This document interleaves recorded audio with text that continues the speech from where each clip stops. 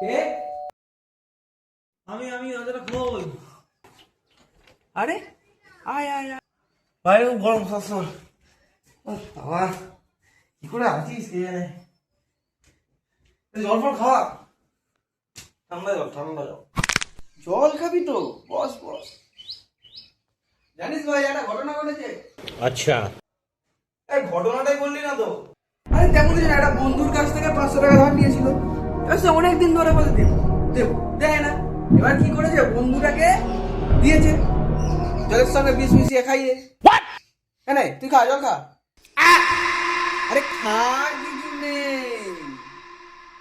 আরে খা খা খা খা, খেয়ে নে। আরে কিছু নেই ভাই। আরে এটা খা খা খা খা খা খা।